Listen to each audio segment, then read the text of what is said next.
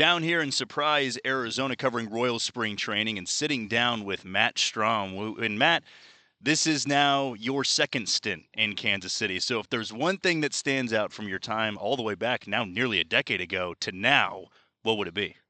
Obviously, it's the clubhouse. I joined the Royals right after they won the World Series, and now the clubhouse is a lot younger, and it's a different vibe, but it's a good vibe in the sense that you can tell they're hungry, they're disappointed with what happened last year, so it's a fun group to join.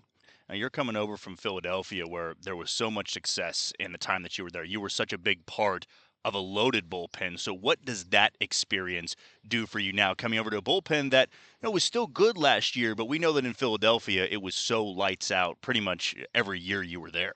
Yeah, I mean, I think this bullpen here is just as good as any bullpen I've been in. I've obviously played with Esty and Schreiber.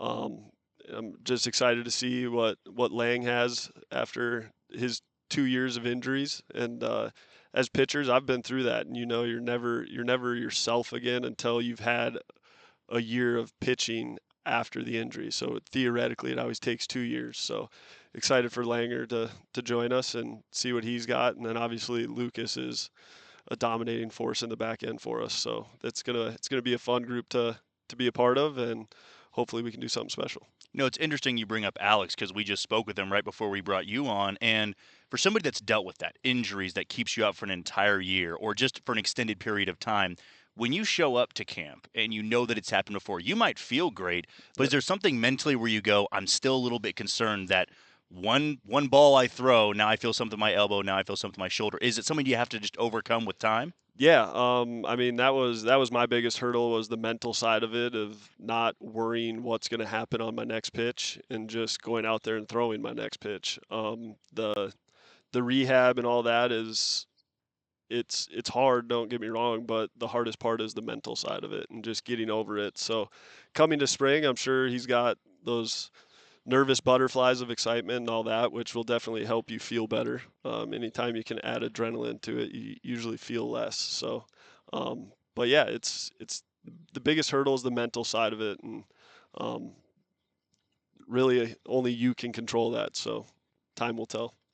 Now, every pitcher goes through this in the bullpen where, maybe in your mid 20s, upper 20s, and you got 97 to 99 with your fastball. And the best ones out there, whenever they lose that velo, it happens to everybody, Hmm. right? The older you get, you're going to lose some velo on the fastball, but you have to learn how to pitch differently. And you were somebody that could light it up from the left side, still throw hard, but having to use that slider more as that put away pitch.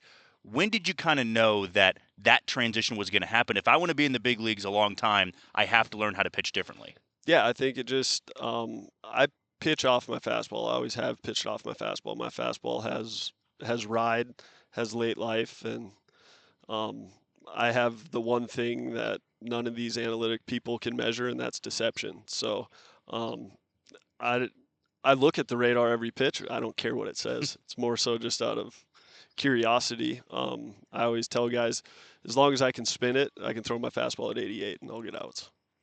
For a guy that pitches in the back end of the bullpen, seventh, eighth, and ninth inning, closing out games, are you one of those guys that can go out to the mound and no matter what the crowd looks like, you can block it out? You don't know how many people are there, or is it something where just like you looking up at the radar gun, you can acknowledge what's happening in the moment? Yeah, I would say I am a very competitive person, so it doesn't matter. Like today on the backfield game or July in the middle of the season, you're going to get Matt Strahm, the competitor. It doesn't matter how many people are in the stands. Obviously, the last 3 years getting to play in Citizens Bank was special. You definitely feel a crowd, and they can contribute to your success for sure. With if you know how to control that adrenaline and all that stuff. So I wouldn't say I care either one. I mean, my favorite mound and my favorite place to pitch in the big leagues is the Trop, and I think you could probably add up the amount of times I've pitched in the Trop, total attendance in those, and it probably doesn't even equal half of Major League Baseball's average attendance on a night. So I just I get my adrenaline from someone stepping in the box. We'll be talking with Brian Sweeney later on today, but to have a collection of pitching coaches, I know 10, 15, 20 years ago, you might just have one. And Yeah. now in the new age of baseball, You got a variety of voices that are trying to teach you certain things. Do you prefer that where you've got 2 to 3 guys you can work with, or are you more of the old school way of I kind of just like having my advice coming from one person? No, I mean, I view myself as very coachable. I mean, I wouldn't say I talk back, but I give my insight back. Hmm. I'm very open to ideas. I'll try something. So I kind of like it because I'm not one to dive into it myself. I used to do that, and I would just find myself searching, and then I'm thinking more than pitching. So I like what baseball has become for the most part, and yeah, I like it. Last one for you, and I know maybe you aren't going to be able to speak to this until it actually happens, but your first chance to pitch on the mound at Kauffman Stadium, Yeah. again in a Royals uniform, what is that going to mean for you? Yeah, I mean, it's gonna be special for sure.